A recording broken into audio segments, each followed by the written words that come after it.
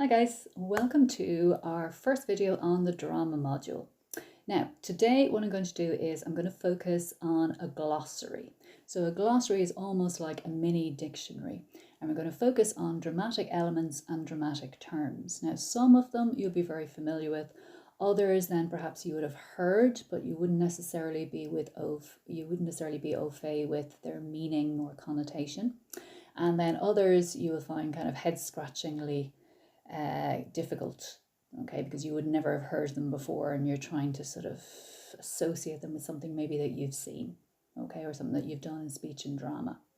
So basically, when it comes to drama, we can boil it down to two particular elements: what you see and what you hear. So in drama, rather like fiction, of course, essentially you need plot or action, you need characters, you have a very specific genre.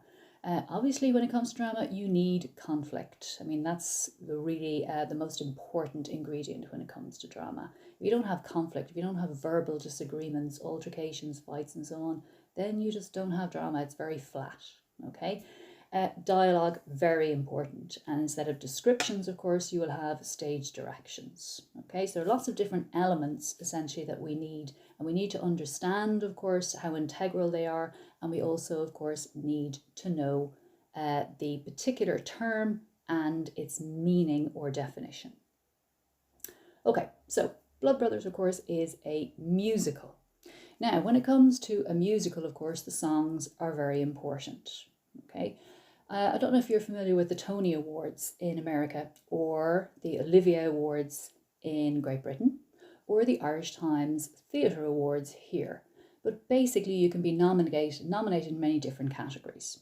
So you can be nominated, of course, for the songs essentially that are an integral part of the musical essentially itself. But you can also be nominated for what we call the book. And the book essentially just is the written word. So that would be the dialogue and the stage directions contained in the script itself. Okay, you can just call it a script. Very essentially, it's a screenplay when it comes to film, or a teleplay sometimes, of course, when it comes to a TV show.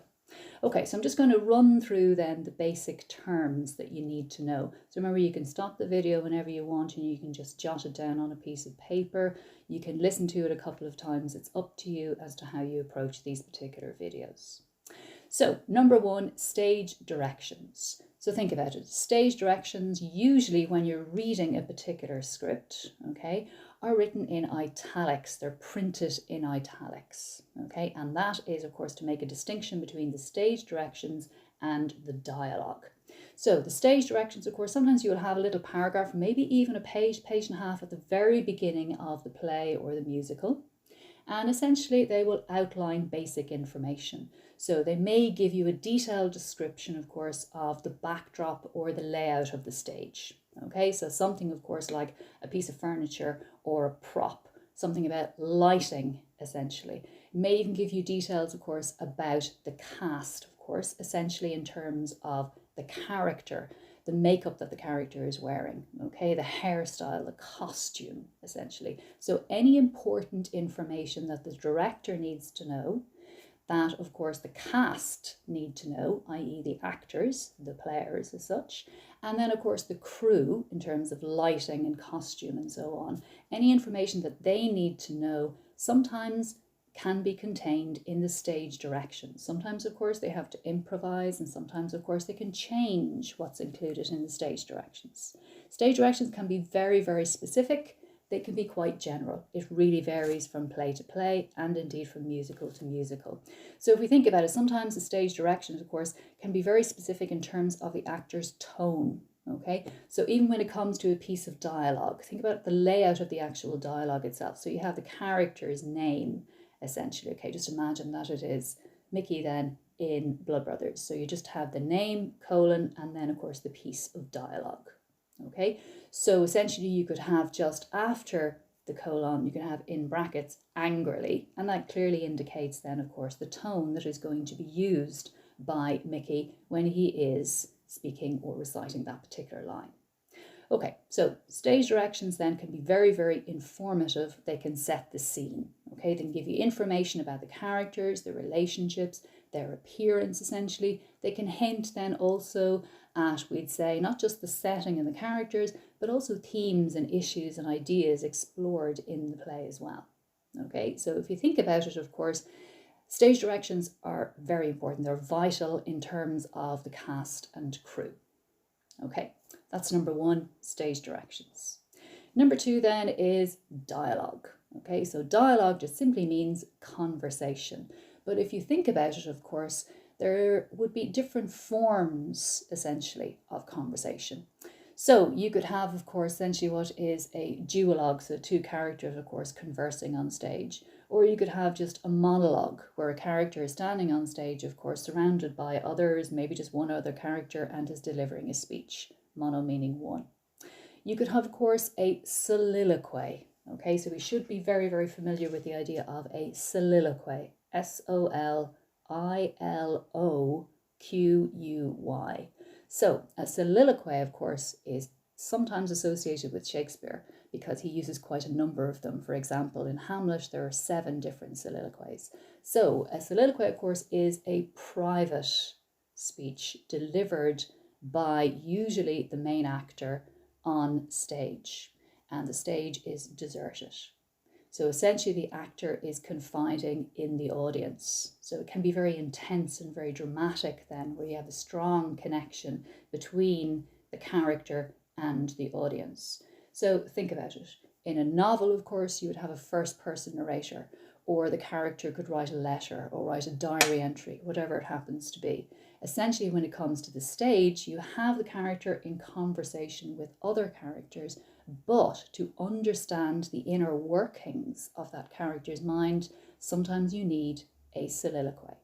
Okay, so it can be very intimate, very private. It reveals the innermost thoughts, dreams, frustrations, ambitions. Okay, so that's why it's very intense, and that's why it's integral, I think, when it comes to something like Shakespeare. Okay, when it comes to Romeo and Juliet next year, we'll be analysing soliloquies by Romeo and Juliet, where we get to understand, of course, their doubts and uncertainties and anxieties and fears and so on. Okay, so soliloquy has a very particular function then. And remember, there is a difference between a monologue and a soliloquy. Okay, the monologue essentially is just a speech. So other characters could be present on stage, reacting to it. Okay, a soliloquy, of course, the character is usually alone on stage and it's very intense. Okay, now we'll be looking later on at the idea of using songs and music to communicate in terms of a musical. Okay, and there are some kind of technical aspects there. Okay, the next one then would be atmosphere or mood. Okay, and atmosphere or mood is actually very, very important, especially at the beginning of the play or musical.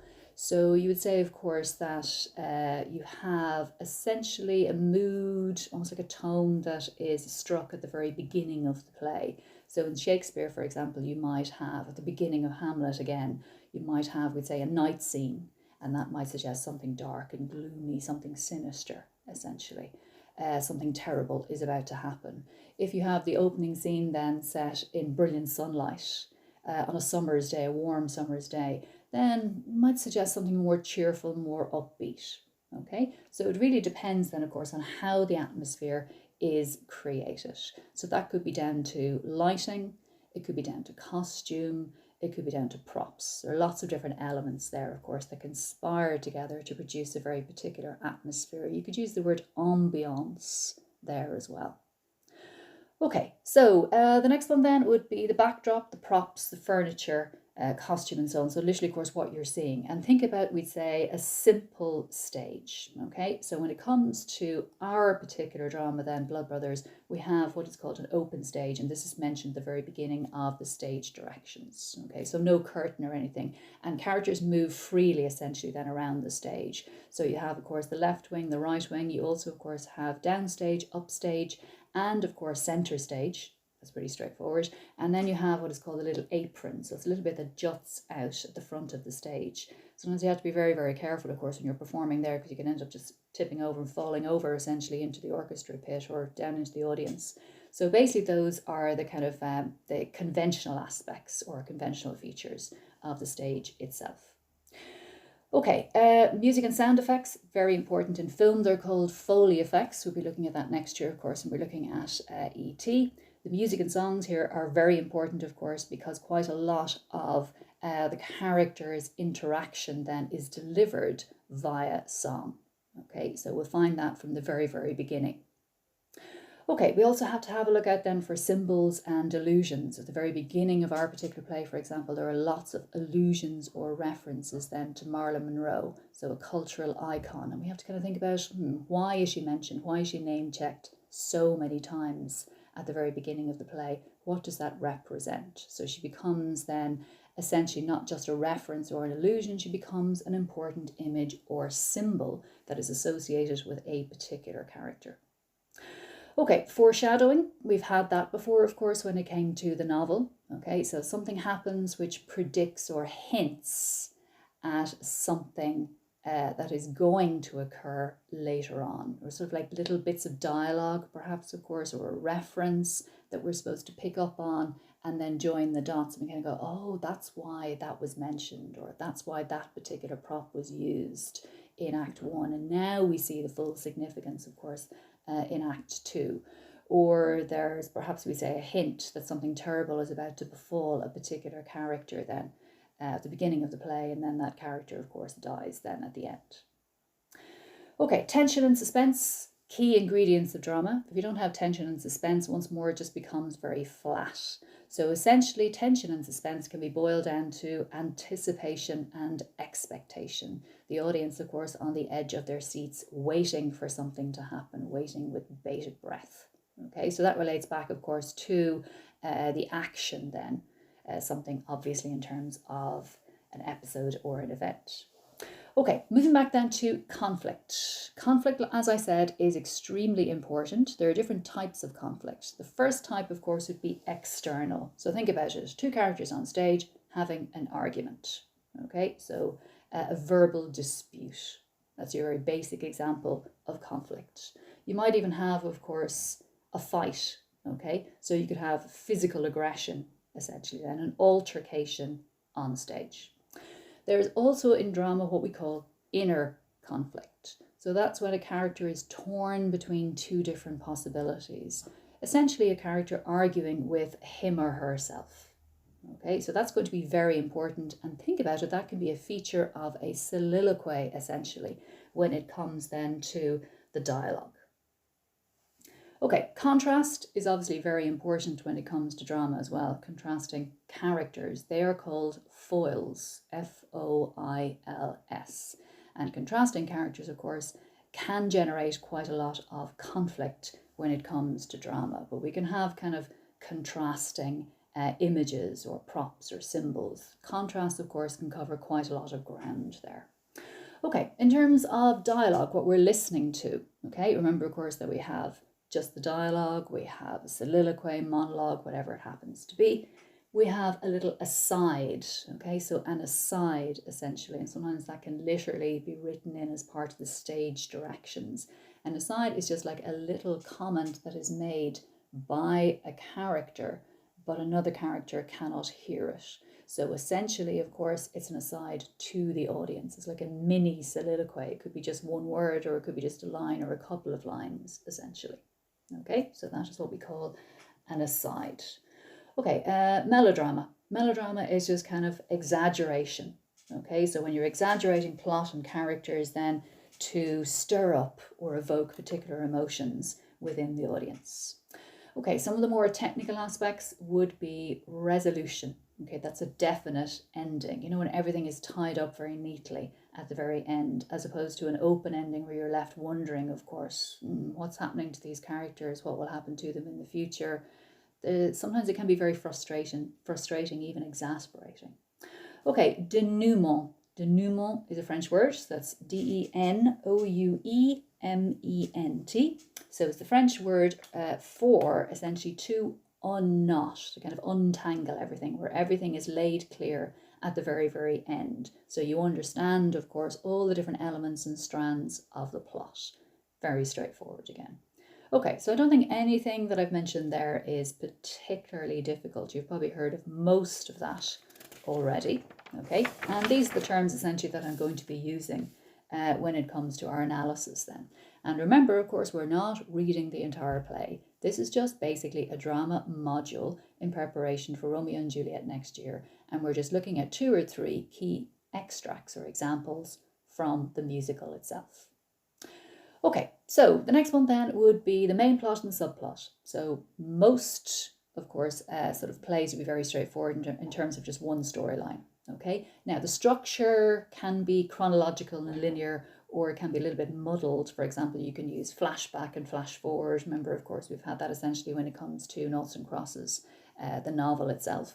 So you can have a main plot sometimes in a drama, and you can have a subplot, and the subplot will mirror the main plot. Okay, certain elements of it. Or you could even have sort of like 2 different families and then 2 different characters perhaps who are on different trajectories or different journeys, but they begin to parallel each other. Okay, so that could be the main plot, and then the subplot. The subplot is kind of like a minor plot essentially, which then begins to mirror the main plot. Subtext. We've had subtext before when it comes to the novel. Remember, you have your text, which is the novel or the play or the poem. And then you have the subtext, which is sort of like a deeper meaning, essentially. So we have maybe sort of like an interesting story or a nice little story that's been played out, okay, on stage. But we have to dig deeper. We have to kind of think about, okay, why are the characters behaving like that? Why do we have this particular setting? Why is the story unfolding in this way? What is the issue or the theme behind it? Does the playwright have a particular agenda? Is he or she trying to communicate a moral, a lesson? Is it propaganda, essentially? Okay, right, the next term is suspension of disbelief. Now, everybody really knows what this is. Suspension of disbelief is when you go into a theatre and you sit down and you're watching a play or a musical, whatever it happens to be, and you're fully invested in what is happening on stage. So basically, you buy into whatever is happening on stage as reality. For those 2 hours, it's real. Okay, even though, of course, logically, okay, rationally, you know that these are actors on stage. Okay, this is not real life. But you put that to one side when you go to the theatre. You have to do that. Otherwise, you're not fully engaging with the performance, and you're not invested in the characters and their story and the themes, of course, explored by the playwright or the dramatist. Okay, so suspension of disbelief. You leave your kind of cynicism to one side, essentially, and you become fully invested in what is happening on stage. Okay, now just need to get to a few more technical aspects, and I'm kind of racing through these, but I will be mentioning them again and again as we're actually reading through the couple of extracts, kind of 2 or 3 extracts that we're going to do. Okay, in this particular musical, we have a chorus. It's usually referred to as a Greek chorus, and it's usually, of course, just a group of people, a group of actors, part of the cast, essentially who stand to the side of the stage and they comment on the action. Sometimes that can be a song, essentially, or it can be dialogue, like a chorus, essentially, they're all speaking together. Sometimes that, of course, can be tragic, and sometimes, of course, that can be comedic. So in this particular play, of course, we have a chorus, and we have a chorus in Romeo and Juliet, but it is the narrator. The narrator comments on the action. So we actually have an actor who comes out on stage and literally tells the story. Now, at the beginning of Romeo and Juliet, some of you are very familiar with it, of course, you do have one actor who comes out on stage called the chorus and delivers a prologue. So literally gives you the outline of the plot itself. So we have exactly the same thing at the very beginning of Blood Brothers. And of course, Blood Brothers realize even that this is a musical, but it is also a tragedy. And you think, it's a bit jarring sometimes for people, I suppose, when they go to see a musical and it's quite dark and quite bleak and quite hard-hitting. Okay, so the chorus, of course, can be a group of people. Here it's just the narrator, just one person, exactly the same then when it comes to Romeo and Juliet.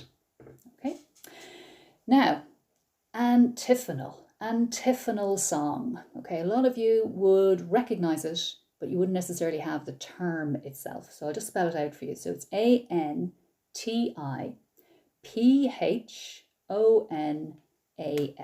antiphonal song. And this is quite literally just a conversation through song. So one person will sing a line, the other person will sing a line, and it goes back and forth, essentially. So it's kind of verbal sparring sometimes, or just a conversation that is sung. That's basically what it is. It's a call and response. Okay, and sometimes, of course, you won't have rhyme and it doesn't really sound like a song. It's just basically singing the dialogue as such. Okay, so you'll find elements of that, obviously, when it comes to this particular musical. Okay, the next one then, which you may find a little bit more difficult, is an agon, A-G-O-N. So this is a debate between two opposing forces in a play. It's just basically a verbal dispute, or quite simply, if you want to boil it down to the basics, it is an argument. Okay, so an argument on stage, and we have quite a lot of those when it comes to not only Romeo and Juliet next year, but Blood Brothers itself. Okay, the next one then would be the word catharsis. Catharsis, and something can be described as cathartic. So that just means a purging of emotions, where you express, of course, all of the emotions. So going to the theatre can be a very cathartic experience. You go to the theatre and you laugh, you cry. You sort of literally just express all of these particular emotions and feelings. Okay, that's all catharsis is, essentially. But it's kind of important, obviously, when it comes to the theatre, that you are moved in some way. Okay, that you feel angry, that you feel sad. You know, there has to be some kind of emotional investment and engagement, essentially, when it comes to the theatre. That's the whole point of it, as such, then, too. Okay, the next one then would be parabasis. Okay, parabasis. P-A-R-A-B-A-S-I-S, parabasis. And this is where the chorus then directly addresses the audience. Okay, so it's not just, of course, where the chorus is just commenting, but directly addressing the audience then. Sometimes that can be sort of chanted, and sometimes, of course, that can be sung directly at the audience as well. Okay, there are a few other terms, sort of climax and anticlimax, the high point, the low point, and so on.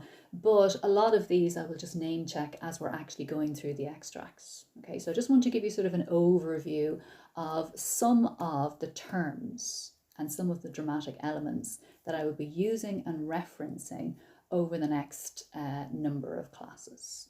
Okay, or sort of videos really, rather than classes. So if you have any questions on these, make sure, of course, to write a comment underneath the video, or you can just email me directly as well. Okay, so some of these I'll be referring to a lot, others just now and again, and I may even include maybe some more difficult ones later on if we're up to that.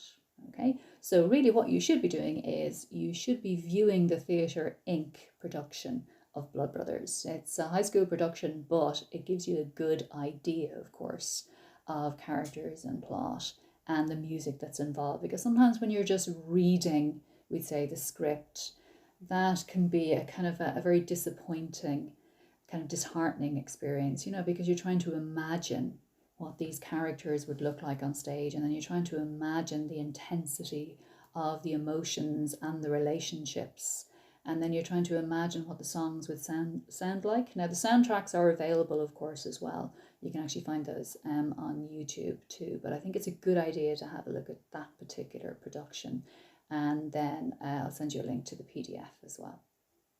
So until next time, guys, keep well.